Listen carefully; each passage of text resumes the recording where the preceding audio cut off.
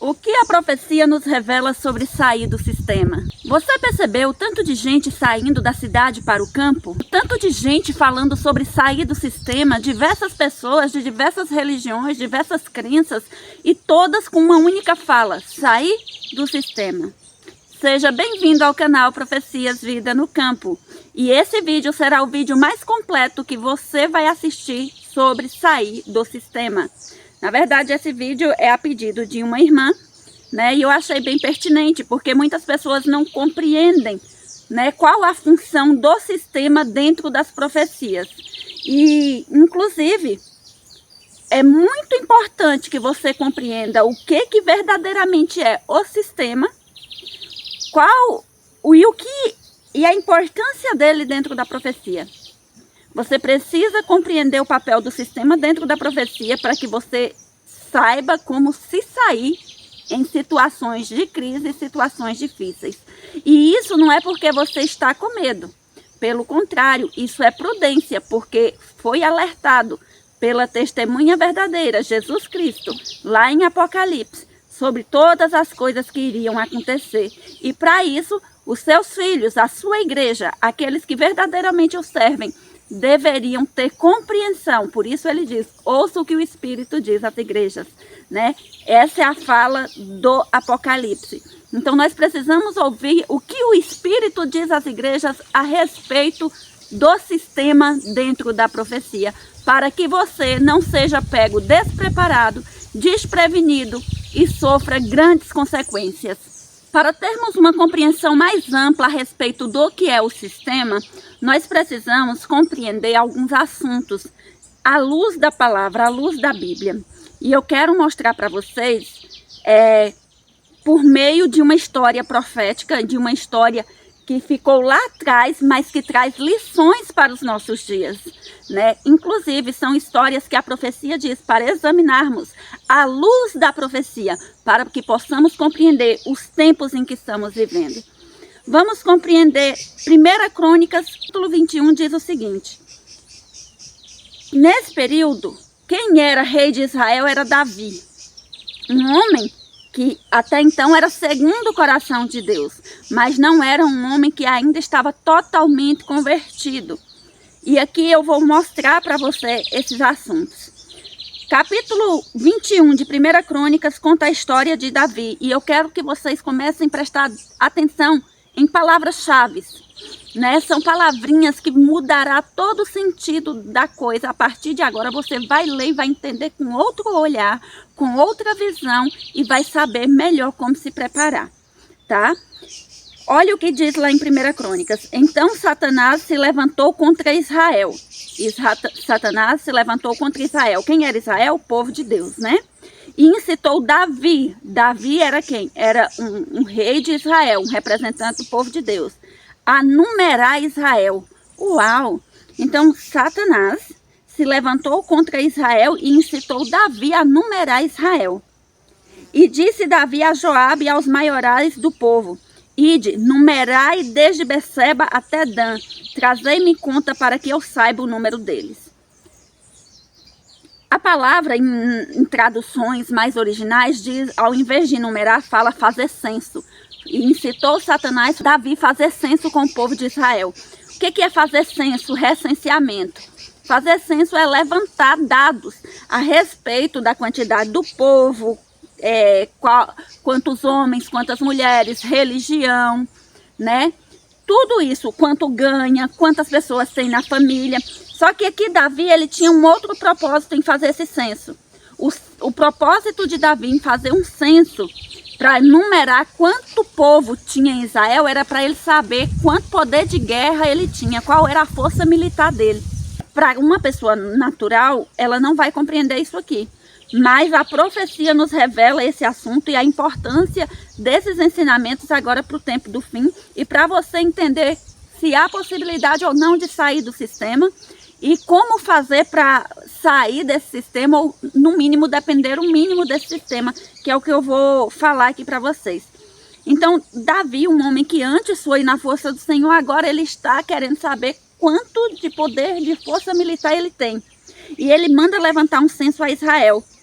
Então disse Joabe, Joabe era o capitão dele, de guerra. Então disse Joabe, o Senhor acrescente ao seu povo 100 vezes tanto como é. Porventura, ó rei, meu senhor, não são todos servos do meu senhor? Por que procura isto, meu senhor? Por que seria isto causa de delito para com Israel? Por que tu está fazendo o povo pecar? Essa aqui é a pergunta de Joabe a Davi. Porque Joabe, ele entendeu o espiritual por trás daquele pedido daquele rei em mandar enumerar, em fazer censo de Israel. Porém, a palavra do rei prevaleceu contra Joabe. Por isso saiu Joabe e passou por todo Israel, então voltou para Jerusalém. E Joabe deu a Davi uma soma do número do povo. Era todo Israel 1.100.000 homens que os arrancavam a espada. E de Judá 470.000 homens dos que arrancavam da espada. Porém, os de Levi e Benjamim não contou entre eles, porque a palavra do rei foi abominável a Joabe. Joabe, ele resolveu seguir as ordens do rei de Israel, que era Davi, para fazer o censo, esse levantamento de quantas pessoas tinha dentro do reino de Israel. Joabe cumpriu a missão, entre aspas, né? Ele deu missão meio cumprida, né? Missão dada, missão cumprida, não. No caso dele, ele cumpriu a missão pela metade. Ele deixou 2 tribos de Israel sem contar, porque ele achou um absurdo. Ainda assim ele fez, né? Ele foi e fez. Mas ele não fez exatamente tudo, porque ele achava aquilo um absurdo. E ele ficou sem contar a tribo de Levi e a tribo de Benjamim. E este negócio também pareceu mal aos olhos de Deus, por isso feriu a Israel. Então disse Davi a Deus, gravemente pequei em fazer este negócio. Porém agora ser servido tirar a iniquidade do teu povo, porque procedi mal, muito loucamente. Isso não foi só feio, né? Só foi terrível, uma abominação aos olhos de Joabe, o servo de Davi, mas também aos olhos de Deus.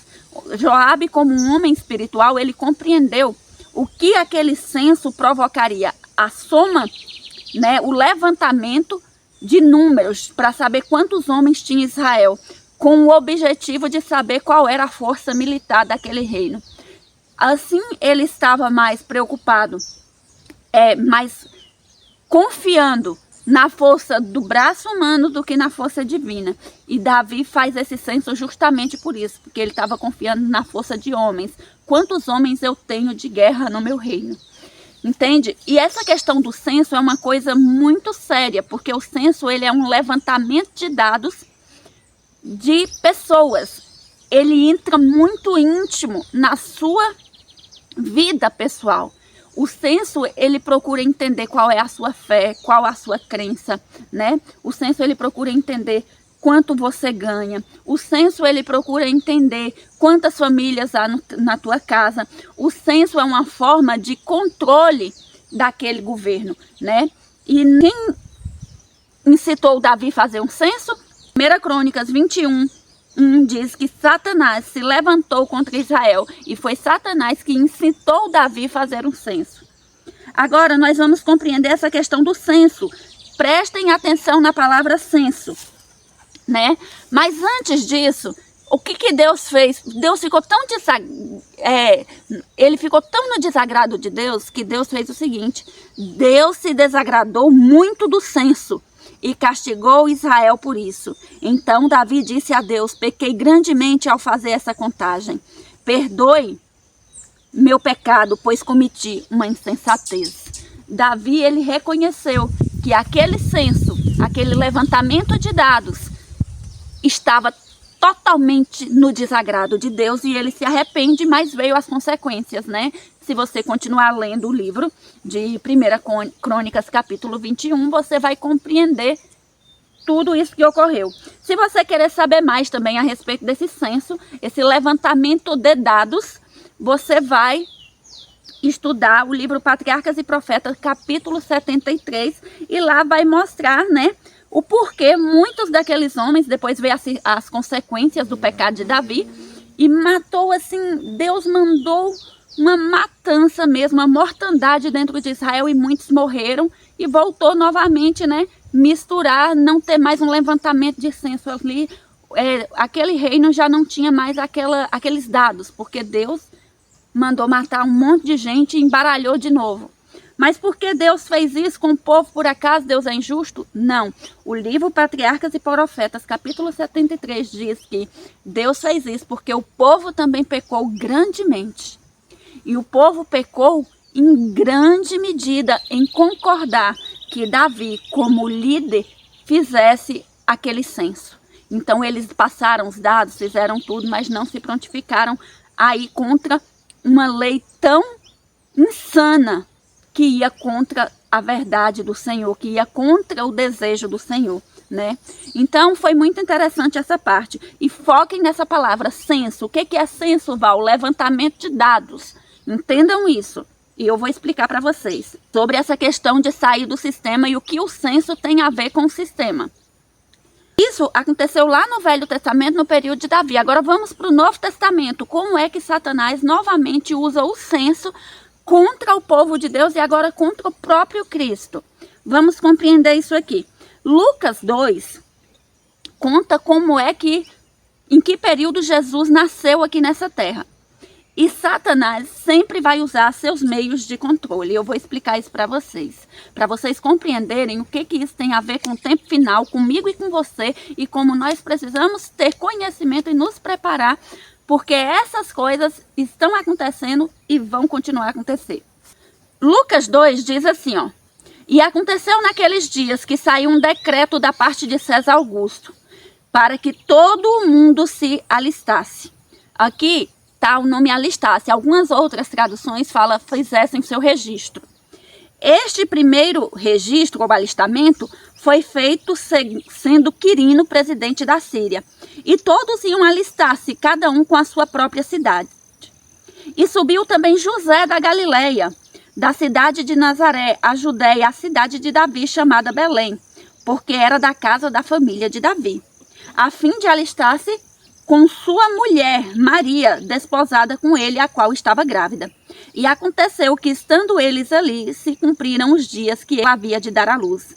E deu à luz a seu filho primogênito, e envolveu em panos, deitou numa manjedoura, porque não havia lugar para eles na estebaria, na estalagem, né? Sabe aquela historinha que você escuta, que as pessoas não receberam Jesus porque ele era pobre, Maria e José porque eram muito pobres, por isso que eles ficaram no curralzinho ou na manjedoura? Então, quando eu era pequenininha, tinha algumas professoras, né, que eu não sou, vamos dizer assim, eu não tenho uma religião de berço, mas alguns familiares meus eram, né? E eles me levavam à igreja e lá tinha a historinha das crianças e eu me lembro que essa história ficava na minha mente. Mas depois que eu comecei a buscar por mim mesma, eu entendi que essa história de que Jesus ficou na estalagem, que Maria deu à luz numa estalagem, não foi porque simplesmente eles eram pobres, mas foi porque no período que Jesus nasceu, foi um período em que César Augusto era o governador, vamos dizer assim, de todo mundo. Roma estava no império naquele período. Roma era um império naquele período, era a grande nação que estava no controle de todo mundo. E o povo de Deus, que era o povo judeu, estava debaixo de Roma. Né? Eles tinham pecado grandemente e ficou escravos daquela nação. E aí, naquele período, César era o governador de todo mundo, né? E foi pedido que fizesse um censo. Lembra? Foi pedido que fizesse um censo para registrar todas as pessoas. César agora faz igualmente Davi lá atrás. Ele quer saber quantas pessoas tem no seu reino, quantas nações estão debaixo dele. E ali no povo de Israel, ele queria saber de cada tribo, de quem era, de onde vinha, qual era a cidade. Por isso que quando ele fez esse decreto para poder as pessoas irem se registrar e mostrar, escrever direitinho de que família elas eram, de que tribo, de que nação, eles foram. É tanto que José, da tribo de Judá, ele foi até a cidade de Davi, que era Belém, para poder fazer esse censo. E ele foi com Maria. Maria estava grávida. Então, todas as cidades e todos os povos daquela região estavam indo para ali fazer aquele censo. E nesse dia que eles estavam indo, vamos dizer na linguagem de hoje, né? Não vamos falar hospedagem. Todos os hotéis daquele período estavam lotados. Por quê? Porque o povo tinha um período de ir lá fazer esse registro. E era uma viagem longa, geralmente a cavalo, a pé, né? E essas pessoas iam fazer esse registro. Foram então fazer o registro. Só que no meio da caminhada, chegando lá, Maria sente dores. Eles foram para ficar num lugar. Só que nesse lugar não tinha mais nenhum quarto vazio e vago. Estava tudo lotado. Não tinha mais uma casa vazia ali que fazia hospedagem. Por quê? Porque o povo estava indo para ali para obedecer o decreto de fazer o censo. E José mais Maria estavam ali para também fazer. Só que Maria sente dores de parto justamente naquele período. E não tinha lugares vagos para ela ali. Não era simplesmente porque eles eram pobres que não tinham quarto para eles, é porque realmente estava lotado. O povo todo saiu dos lugares para poder fazer o censo ali, para se registrar ali, né, para fazer parte do recenseamento. E Maria sentiu dores e ela foi para aquele lugar, para aquela estalagem lá, e onde ela foi deitada, onde ela deu à luz a criança, e Jesus foi colocado naquela manjedoura. Então vocês compreendem qual foi o período que Jesus veio à Terra? Ele veio também num período em que o governo do mundo estava fazendo um censo, um recenseamento, para ter um controle de quantas pessoas existiam e quantas estavam sob seu domínio. Tá, beleza, Val. Mas o que isso tem a ver? O que tem a ver? Logo depois que o menino Jesus nasceu, muitos povos estudiosos da profecia sabiam onde é que aquilo ia dar, né? Que ele era o Messias prometido que vinha libertar o povo. Só que muitos deles não tinham uma compreensão correta da profecia. E por não terem uma compreensão correta da profecia, negaram que ele era o menino Jesus que havia vindo, né? Os sacerdotes da época, que eram os líderes religiosos, não fizeram seu papel em ensinar as profecias corretamente para o povo. O povo também se tornou negligente e entrou em grandes trevas naquele período. Só que existiam algumas classes de pessoas que tinham conhecimento da mensagem. E essas classes de pessoas que tinham conhecimento da mensagem reconheceu que aquele era o menino, o Messias prometido. E essa mensagem chega a Herodes, né, o tetrarca, que era um homem que estava designado a ser rei de Israel. Ele era rei de Israel, né? Ele estava em Israel, debaixo do poder romano, mas era ele que cuidava das coisas daquele reino. E logo ele ficou com medo de perder o seu poderio para aquela criança que tinha nascido. Satanás o incita. E agora ele usa o censo feito no nascimento de Jesus para poder matar todas as crianças de 2 anos para baixo. Ou seja, a partir daquele censo, aquela criança nasceu bem no período do censo. Então ele imagina, se eles disseram que o menino nasceu, que o período chegou, não souberam exatamente o dia que o menino nasceu, mas sabiam a proximidade, aqueles que estudavam a profecia sabiam a proximidade daquele tempo. E então ele, apavorado de perder o seu governo, o seu poderio, manda matar todos os meninos nascidos 2 anos para baixo. E todas as crianças foram assassinadas. E Deus revela isso a José, e José pega a criança juntamente com sua mulher e parte para o Egito e foge para que essa criança não seja perseguida, para que essa criança não seja assassinada antes do tempo, antes de cumprir sua missão. Então, esse censo usado por César Augusto, né, era o governador de todo o Império Romano, que estava com o domínio mundial do período, foi o censo que mandou executar todas as crianças daquele período com a intenção de Satanás em tirar a vida do menino Jesus. Tá, Val, mas o que isso tem a ver? Vamos lá, censo é uma palavra muito importante dentro do sistema. Prestem atenção nisso que eu vou falar para vocês. Falei para vocês de um censo no Antigo Testamento, que é o de Davi, que foi incitado por Satanás. Falei para vocês agora de um censo no Novo Testamento, no período que Jesus veio a essa terra. E eu quero falar para vocês que essa forma de manter um controle não é somente daquele período, mas desde aquele período para cá ele vem, e é uma forma de organização, né? O que é o sistema, Val? Eu vou explicar para vocês algumas coisas. Talvez para vocês pareça loucura, mas as coisas, nada novo debaixo do sol. Tudo é repetição do que aconteceu. Hoje em dia existe também um recenseamento em todo o mundo, e cada país tem o seu órgão de recenseamento. Inclusive existe hoje, por exemplo, o IBGE. O IBGE ele faz a cada 10 anos um censo.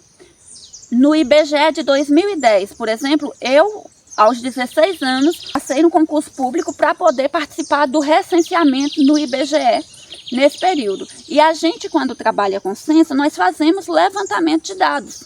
E eu falo isso porque realmente eu participei de censo já. Então, eu fiz pesquisas para o governo. Então, nesse período, a gente ia e com certeza você já foi entrevistado por alguém também. E lá nesse censo você responde o quê? Qual sua cor? Qual o seu nome completo? Quantas pessoas tem na sua família? Qual religião? Quanto você ganha? Né? Esse é um censo para quê?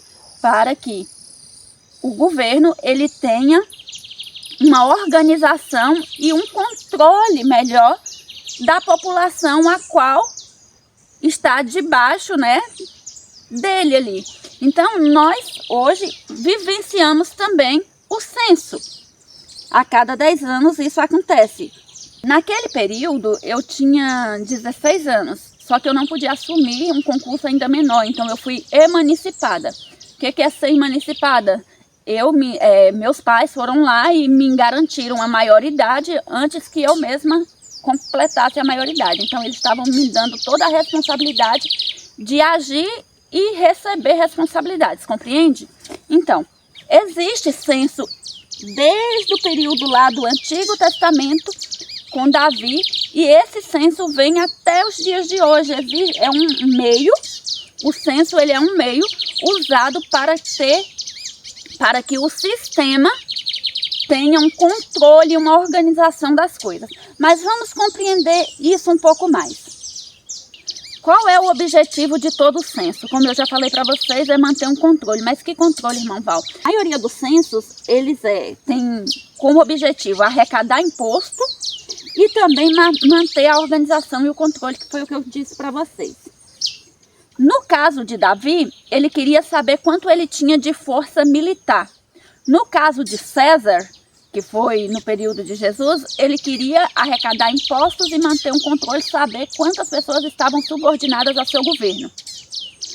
E agora, nos nossos dias, o censo também tem essa justificativa, né, de que é para manter uma organização, manter um controle tanto de impostos, né, para poder ter o governo ele ter esse controle. Só que eu quero trazer para vocês a grande questão do que é o sistema. O sistema, ele nada mais nada é como um meio, uma ferramenta para que garanta a organização, o controle de alguma coisa. Compreende? Só que aqui eu quero mostrar para vocês alguns pontos. Apocalipse 13 diz que nós chegaremos um tempo que terá uma marca. Qual é a marca? Se chama marca da besta, né? Assim, e faz com que a todos, pequenos e grandes, ricos e pobres, livres e servos, lhes seja posto um sinal na sua mão direita e nas suas testas, para que ninguém possa comprar ou vender, senão aquele que tiver o sinal, ou o nome da besta, ou o número do seu nome. Apocalipse 13 vem falando de uma marca, ou de um sinal. E aqui é onde entra a grande questão que você precisa compreender sobre o sistema. Porque se você não entender o sistema, você não vai compreender a função dele dentro da implantação da marca da besta. Entende? Você precisa compreender a função do sistema. E aqui eu quero explicar para vocês algumas coisas. Existe uma diferença entre o sinal e o sistema. O sinal é uma coisa, o sistema é outra. O que é o sinal, irmã Val? O sinal é a marca da besta. Você não pode nem comprar e nem vender. E a palavra de Deus diz que esse sinal será colocado na mão direita como símbolo do trabalho e na testa como símbolo do entendimento. Ou seja, quando acontecer todas essas coisas, que a marca da besta foi implantada por um sistema, você saberá qual é o sinal para você distinguir quem aceitou e quem não aceitou. O sinal é se essa pessoa está trabalhando e o entendimento dela. Então, pelos frutos, você vai conhecer se essa pessoa recebeu ou não a marca da besta. Se ela for contra a lei de Deus, dando prioridades à lei de homens, você entende, e usando isso no trabalho, na mão, na força, você entende que aquela pessoa recebeu a marca da besta. Só que aí, eu preciso entender qual é o sistema. O sistema, ele é diferente da marca. Na profecia, a marca, ela representa trabalho e entendimento. Testa, entendimento, mão, trabalho. E o sistema é o meio por qual é controlada essa marca. E eu quero mostrar para vocês, dentro do Apocalipse, dentro da história bíblica, dentro da profecia, como fazer para poder não receber essa marca, como se tornar o menos possível dependente de todo o sistema que vai contra a vontade do Senhor. E no final eu quero responder para vocês a pergunta que a irmã me fez. Irmã Val, é possível sair do sistema? Né? Como sairíamos do sistema? Eu quero responder essa pergunta para vocês, então me acompanhem. Só que vocês precisam compreender para poder compreender minha fala final. Então assistam com atenção até o final. A marca da besta, ela vai tirar o comprar e o vender. Mas por que, irmã Val, vai tirar o comprar e o vender? Deixa eu explicar uma coisa para vocês. Desde o céu, Satanás sempre teve um objetivo: usurpar o lugar de Deus. Desde o céu, o objetivo de Satanás é o quê? Se assentar acima do trono de Deus e ser maior do que Deus e receber a adoração. A grande intenção do inimigo em todos os tempos é receber a sua adoração. Ao contrário de Deus, Deus quer uma adoração livre, por livre-arbítrio, liberdade de consciência, que você escolha a quem adorar. Satanás não. Ele força a sua adoração. Compreendeu? E ele vai buscar forçar a sua adoração. E para isso ele vai usar muitos meios. Diz a palavra de Deus, como ele usou em todos os tempos. Você compreende que o maior desejo do inimigo é ser adorado. Ele quer a sua adoração. Compreende? Satanás quer a sua adoração. Só que Deus te dá liberdade de consciência para que você seja livre e escolha a quem adorar. Mas o inimigo usará meios que te forçará e você decidirá a quem servirá, independente se isso te custe a vida. Compreende? Ó, gente, começou a chover, que bênção. Enquanto der, eu vou fazer aqui o vídeo. Vamos lá.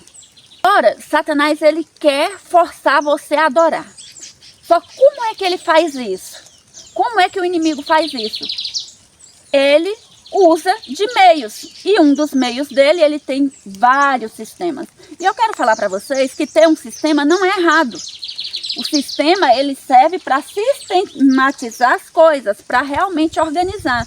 Só enquanto Deus usa o sistema para manter organização e harmonia, o inimigo, ele usa o seu sistema para manter controle e tirar a liberdade de consciência. Compreende? Desde o céu, Deus tem o sistema dele, né? Ele tem um sistema de adoração que é baseada na liberdade de cada ser, né? Ele poderia muito bem ter forçado o inimigo a adorá-lo lá no céu, sendo ele o criador de todas as coisas, mas Deus não forçou. Ele permitiu que Lúcifer, antes de se tornar Satanás, tivesse o livre-arbítrio e a escolha, né? Apesar de Deus ter lutado muito para não perder ele. Só que o inimigo não, ele usa de força, como eu falei para vocês. Então quando Deus colocou o homem no jardim do Éden, Deus também colocou ali vários sistemas. Existe um sistema familiar. Deus colocou o homem e a mulher para que reproduzam. O inimigo vai lá e mexe no sistema familiar. Ele mexe na identidade das pessoas. Como? A forma como que eu me vejo não é a forma como Deus me concebeu. Então o inimigo, ele também tem o seu sistema familiar. Enquanto o sistema familiar de Deus é composto por homem, mulher e filhos, o sistema familiar do inimigo é mexendo e ferindo a identidade do homem. Temos também o sistema de moradia. Deus colocou o homem no campo, né? Adão foi colocado no jardim para cultivar. O inimigo, ele fala ao coração de Caim, o primeiro homicida, para construir uma cidade. Você vai ver também o sistema de saúde. Após o pecado, Deus criou a erva do campo. Aqui eu vim gravar para vocês hoje na nossa farmacinha natural, para que você compreenda que aqui é um sistema de Deus, né? Ele deu a erva do campo, está lá em Gênesis, para que o homem curasse suas doenças, né? E no sistema de Deus, da saúde, Deus trata com a prevenção. É por meio da alimentação saudável. E Deus, ele sempre vai tratar a causa. No sistema do inimigo, ele vai tratar sempre não a causa, mas sintomas. E a ideia do inimigo é sempre acabar cada vez mais com a saúde do homem. Sistema educacional. O sistema educacional de Deus sempre foi: o pai e a mãe eduquem seus filhos sem os colocar sob a instrução de outra pessoa. E quais eram os livros base para essa educação? Bíblia e natureza. O inimigo, no sistema educacional do inimigo, é colocado as vãs filosofias, e os pais delegam cuidado daqueles filhos a outras pessoas, né? Então, existe sempre uma contrafação. Deus tem um sistema, o inimigo tem outro. E o inimigo, ele sempre vai copiar o sistema de Deus. Mas como é que ele vai copiar o sistema de Deus? Qual o intuito? O intuito é destruir os filhos de Deus. Existe também um sistema trabalhista. No sistema trabalhista, como eu falei para vocês, o homem foi colocado no campo para cultivar o próprio alimento. A profecia nos diz que se o homem tivesse seguido desde o princípio os princípios de Deus quanto à terra, não existiria a miséria que nós vemos hoje. O sistema de hoje, o trabalhista de hoje, ele é um sistema escravo, e as pessoas não entendem que estão num sistema totalmente escravista. E esse sistema de hoje trabalhista, você tem um sistema onde você trabalha o dia todo, você não tem tempo, você ganha uma miséria, poucas pessoas realmente vivem como gostariam, né? É muito sofrimento. E por que eu falo isso? Porque ao olhar do homem, ele é livre, ganhando salários altos, trocando sua saúde, sua família, né, seu tempo por um valor alto. Mas, na verdade, não passa de um escravo bem remunerado. E por que eu falo isso? Eu falo isso porque, segundo a visão divina do que é ser livre e o que é ser escravo, nós podemos ter essa ilustração no livro de Lamentações, Lamentações 5. Lamentações 5 é Lamentações de Jeremias. Quando a Babilônia veio e levou os filhos de Deus escravos, Jeremias chora e Jeremias lamenta, Jeremias faz uma intercessão e Jeremias escreve o livro de Lamentações. E nessa história de Lamentações, Jeremias fala assim: lembra-te, Senhor, de nós, né? E aí Jeremias começa a falar como era o período deles em Israel, quando ainda era uma nação obediente, quando ainda estavam no favor do Senhor. E aí depois entra o período que agora a nação, que antes era nação privilegiada, se torna uma nação escrava pela desobediência, por sair das leis de harmonia do céu, sabe? Essa nação, aí Jeremias ele fala assim, ó: a nossa herança passou a estrangeiros e nossa casa a forasteiros. Órfãos somos sem pai, nossas mães são como viúvas. E aqui muitas pessoas podem fazer uma leitura superficial disso aqui. Mas quantos hoje são órfãos de pais vivos, né? Crianças hoje que não tem a figura de um pai, mesmo sendo um pai, mas não tem a figura e a presença de um pai em suas vidas. As mães são como viúvas, né? Aqui ele fala, ó, nossas mães são como viúvas. Elas eram viúvas? Não, mas eram como viúvas. Por quê? Porque os homens tinham sido levados cativos. E agora não viviam mais em prol da família, viviam em prol do trabalho forçado para aquela nação. E hoje, dentro do sistema trabalhista, muitos vivem de forma forçada. E as mulheres realmente são como viúvas, não têm esposo. E os homens também é como se fossem viúvos, não tem mulher. E os filhos é como se fossem órfãos, porque não tem o acompanhamento do pai e da mãe no seu desenvolvimento. Porque estão trabalhando, porque se não trabalhar, passam necessidade. Sabe? Isso aqui é o que o pecado levou, a condição que o pecado levou o mundo e o ser humano. Mas nunca foi o desígnio e o ideal de Deus para os seus filhos. Aí ele fala assim, ó, os nossos perseguidores estão sobre nossos pescoços, estamos cansados e não temos descanso. Aos egípcios e aos assírios estendemos as mãos para nos fartarem de pão. Nossos pais pecaram e já não existem, nós levamos as suas maldades. Eu tenho um vídeo aqui nesse canal que fala a respeito de nossos pais pecaram e por isso estamos nessa condição. Os pais espirituais, né, que deixaram de levar as verdades libertadoras como são em Cristo. E por isso hoje nós sofremos a consequência. Imagina quantos de vocês lá no passado poderiam estar hoje vivendo no campo se quando vocês entraram na mensagem tivessem o verdadeiro entendimento dessas profecias. Vocês hoje não estariam na condição que estão na cidade. Continua a palavra, com perigo nossas vidas trazemos o nosso pão para casa, né? Por causa da espada do deserto. Ou seja, naquele período eles iam trabalhar e quando voltavam para casa era debaixo de muito perigo. E hoje não está diferente, muitos saem para trabalhar e não sabem se vai voltar. Principalmente aqueles que moram em grandes cidades. E aqui em Lamentações, Jeremias vem mostrando o que é ser um escravo. Ser um escravo é isso. Só que nossa cabeça imagina que ser escravo é como no período dos anos de 1800, 1700, onde a escravidão era embaixo de chibata mesmo, de chicote. Só que a escravidão para Deus é a minha e a sua condição hoje. Isso é escravidão ainda. Porque Deus nos fez livres, sabe? E aqui continua falando. Nossa pele se queimou como forno por causa do ardor.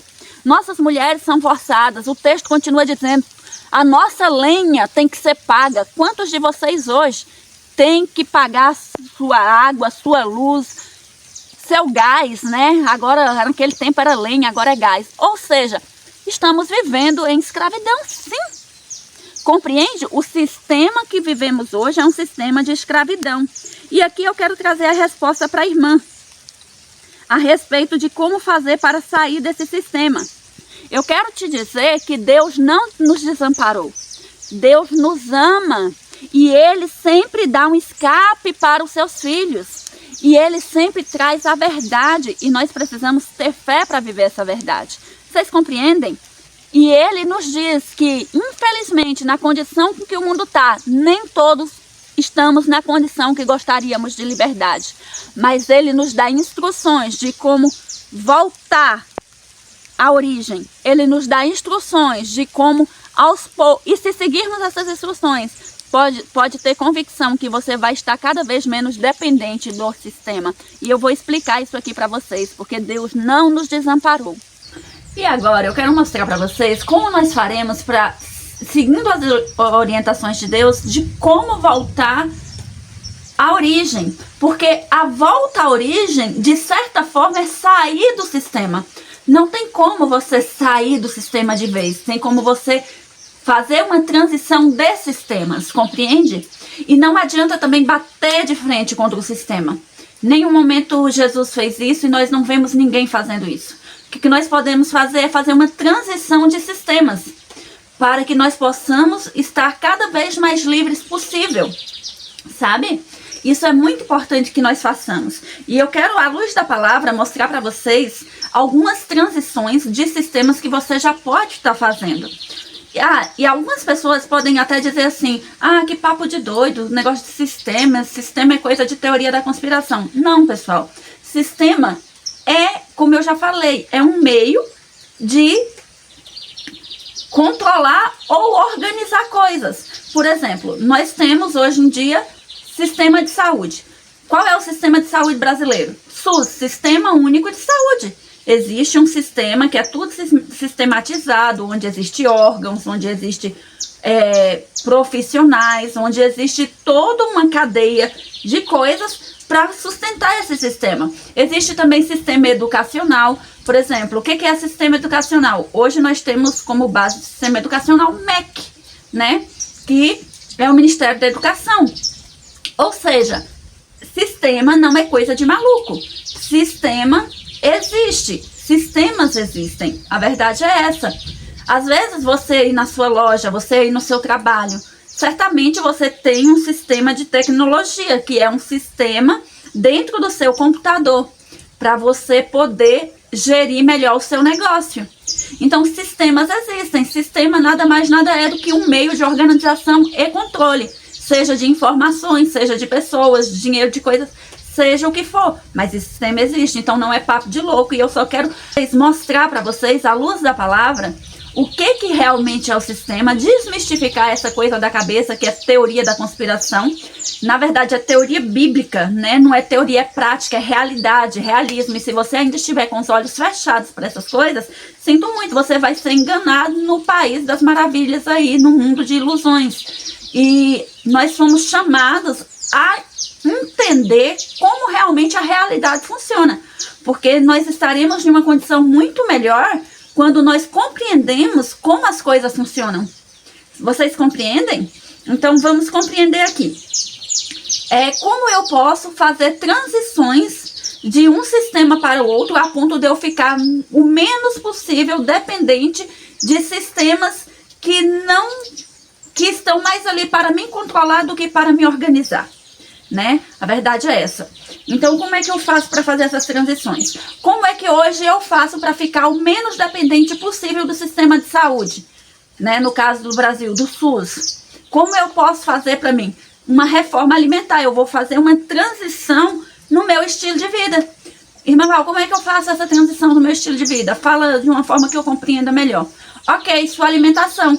Qual é a sua alimentação hoje? A sua alimentação é a que o sistema te oferece, né? Que que o sistema financeiro está mais preocupado que você, em lucrar em cima de você, que geralmente é uma alimentação que te vicia, é uma alimentação que te adoece, é uma alimentação totalmente errônea, a alimentação ela é uma base, gente, que a partir dela começa a desencadear uma série de coisas. Você começa a partir para se tornar cativo, se torna dependente de outros sistemas. Por exemplo, aí você entra num sistema farmacêutico, você sai de um sistema e entra em outro, entende? Então, qual é o sistema que você pode já mudar hoje ainda na cidade e deve mudar se você quer estar numa condição melhor, nessa condição de contexto de crise mundial, fim do mundo, fim dos tempos?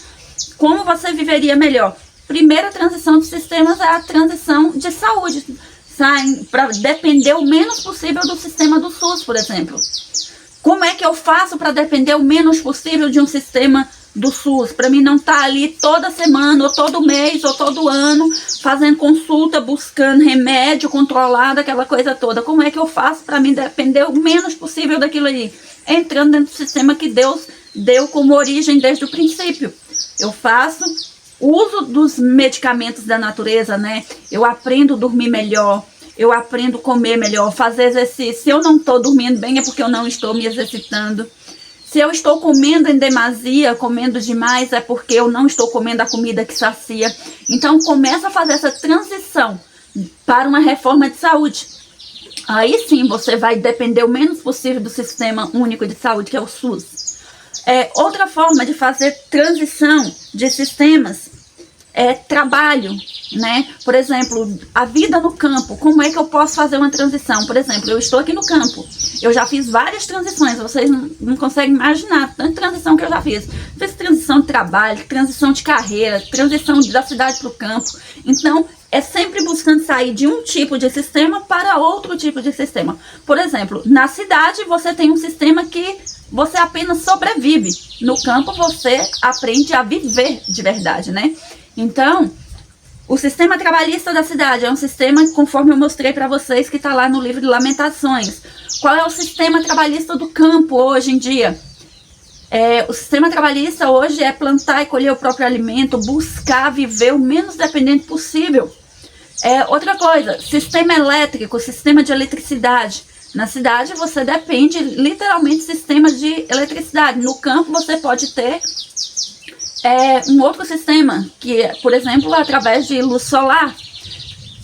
Sistema de saneamento, água e esgoto. Na cidade você fica tomando água reaproveitada, né?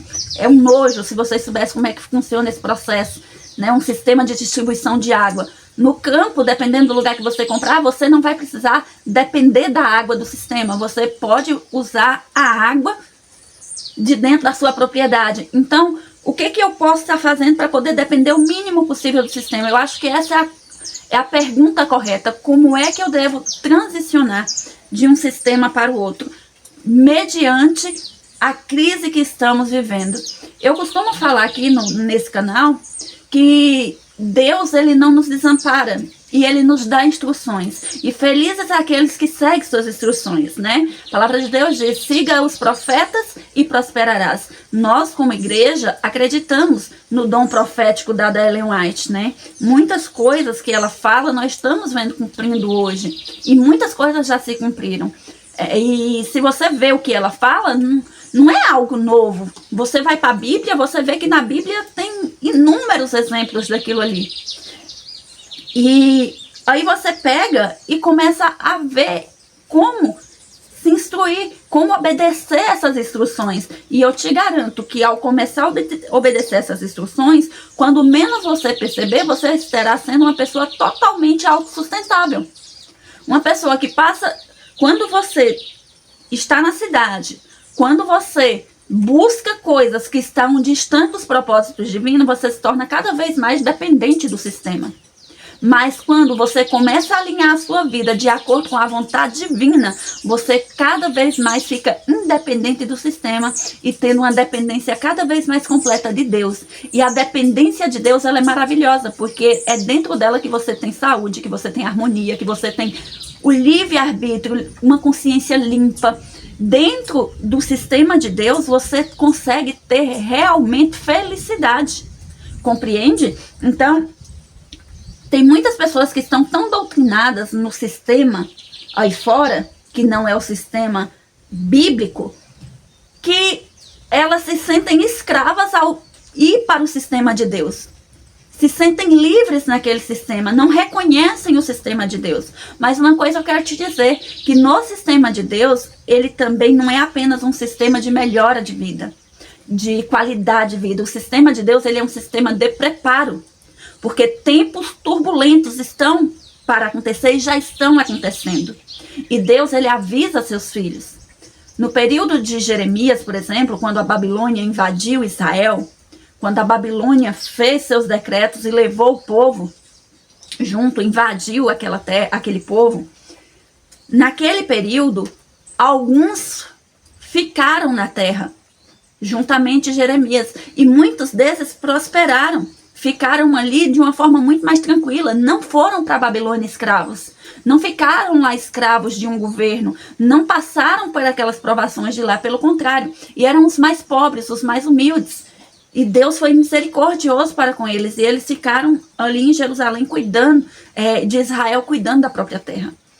Então, assim, gente, vamos entender uma coisa. O mundo todo é regido por sistemas. Todos nós estamos debaixo de sistemas. Porém, existem meios de ser cada vez mais dependente do sistema de Deus, que isso é liberdade, e menos dependente dos sistemas seculares. E Deus, ele nos instrui como fazer isso, né? Ele nos mostra a reforma de saúde, como seria a verdadeira educação, o sistema de onde eu deveria morar, porque tudo isso me deixa cada vez menos dependente. Além dessas transições, eu quero falar para vocês sobre o estudo de Daniel e Apocalipse. Ellen White, ela fala que um pregador da sua época, né, o ministro Haskell, que era um grande amigo dela, ele tinha uma tesouraria a respeito de Daniel e Apocalipse, que eram as profecias para o tempo do fim. E em uma das leituras, né, em um dos escritos do Haskell, ele diz assim que Satanás, ele começou os seus sistemas e esse sistema está cada vez mais perfeito.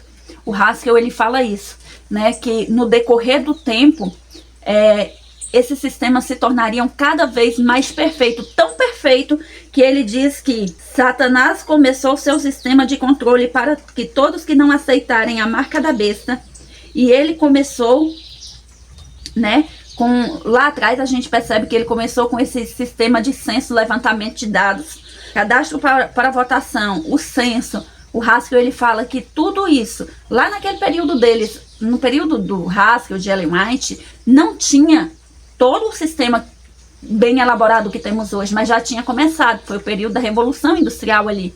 Então, naquele período, começou o sistema de votos, e o Haskell disse que o sistema estava se tornando cada vez mais tão perfeito, que ele fala que teria um empecilho, né, que aquele que não receber a marca da besta não ficaria de fora do reconhecimento desse sistema, porque ele teria um sistema totalmente de controle. Olha o que ele diz. Ele diz que esse sistema é de tal perfeição que traz cada indivíduo sob os olhos do governo tão verdadeiramente quanto o ano de César Augusto, que levou os pais de Jesus à atenção da nação. Ele fala que quando for implantada a marca da besta, esse sistema vai ter se desenvolvido com tamanha perfeição, assim como foi no período de César Augusto, que fez com que perseguisse aquelas crianças a fim de matar o menino Jesus. E ele fala que a partir daquele tempo, isso já vem se desenvolvendo. E quando fosse implantado a marca da besta, esse sistema teria alcançado perfeição, uma perfeição. Ou seja, lá naquele período era um tipo de recenseamento. Hoje nós já temos biometria, reconhecimento facial. Hoje nós estamos adentrando um período de identidade digital. Então o sistema hoje ele está cada vez mais organizado. Muito organizado mesmo. Ele tem todos os seus dados. E tem como fugir disso? Não tem. Tem como ficar cada vez menos dependente do sistema.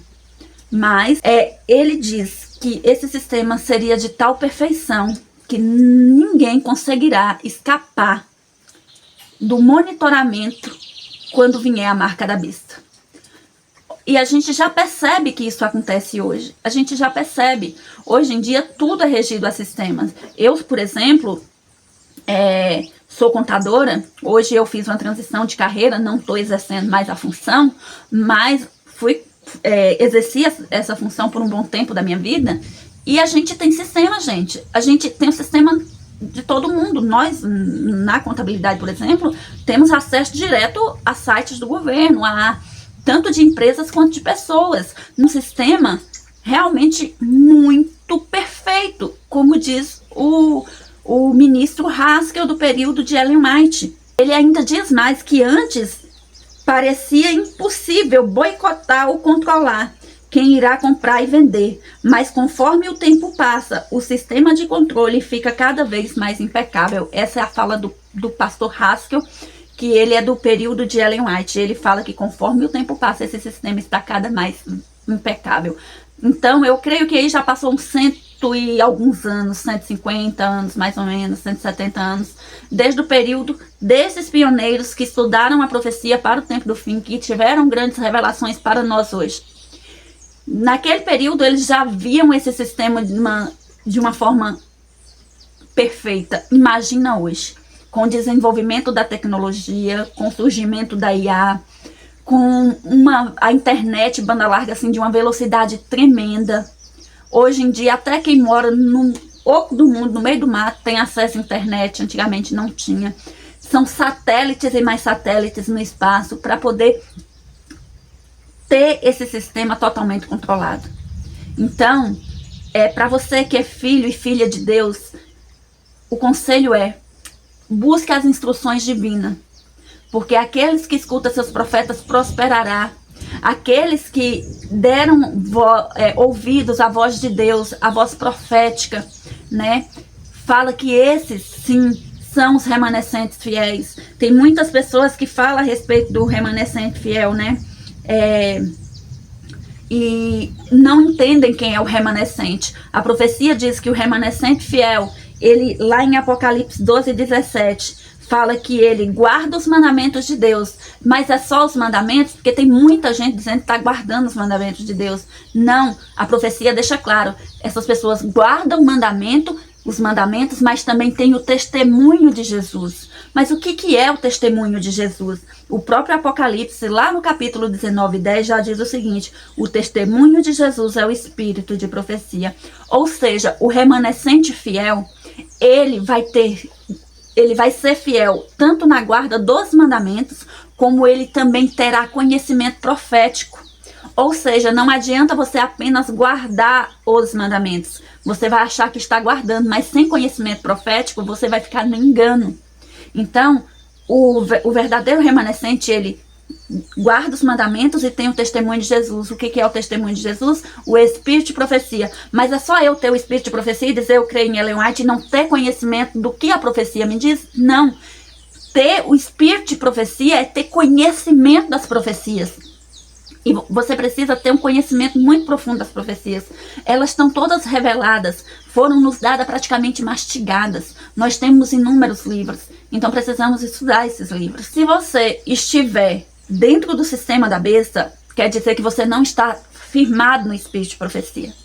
Porque o espírito de profecia, né, o testemunho de Jesus, que é o espírito de profecia, ele nos revela não somente a profecia, né, que ainda vai ser cumprida, mas a história profética que já foi cumprida.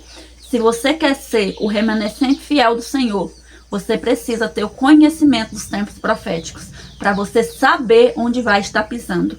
Você precisa, a mensagem do segundo anjo é uma chamada para que todos nós saiamos de todos os sistemas da besta, sistemas corrompidos, né? Onde Satanás quer adoração própria. Ele quer que você saia do está escrito e volte para o que as pessoas dizem, o que eu acho, para vãs filosofias. Porque fazendo isso você vai estar inconsciente, adorando o sistema da besta, adorando o próprio inimigo e deixando de adorar a Deus. Por isso que é tão necessário que você conheça a profecia. A mensagem do segundo anjo, quando fala a queda de um sistema religioso, que ele fala, caiu Babilônia, o grande conflito, explica o que é Babilônia.